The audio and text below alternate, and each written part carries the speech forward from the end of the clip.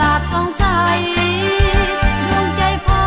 กดังสายเลือดเลียงกายดังสายน้ำลำเซดังทะเลไหลเลื่อยบ่เศร้าดังทะเลไหลเลื่อยบ่เศร้า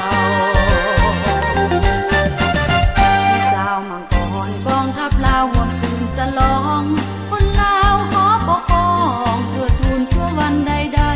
ๆที่สาวมังกรขออวยพรกองทัพประสา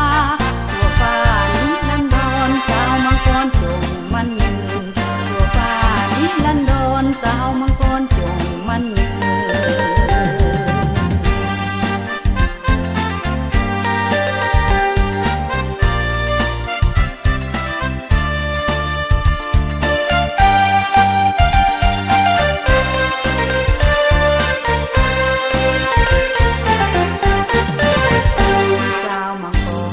เป็นวันกองทัพภาษา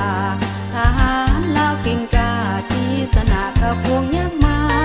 รเดี๋ยวนี้เมืองลาวสิ้นแล้วความอ่อนเครื่องชื่อเสียงของทัพลาวกระเดื่องผิวเฟืองอยู่ถึงเวทีหลายปีกองทัพลาวลงลุกคลุกคลาน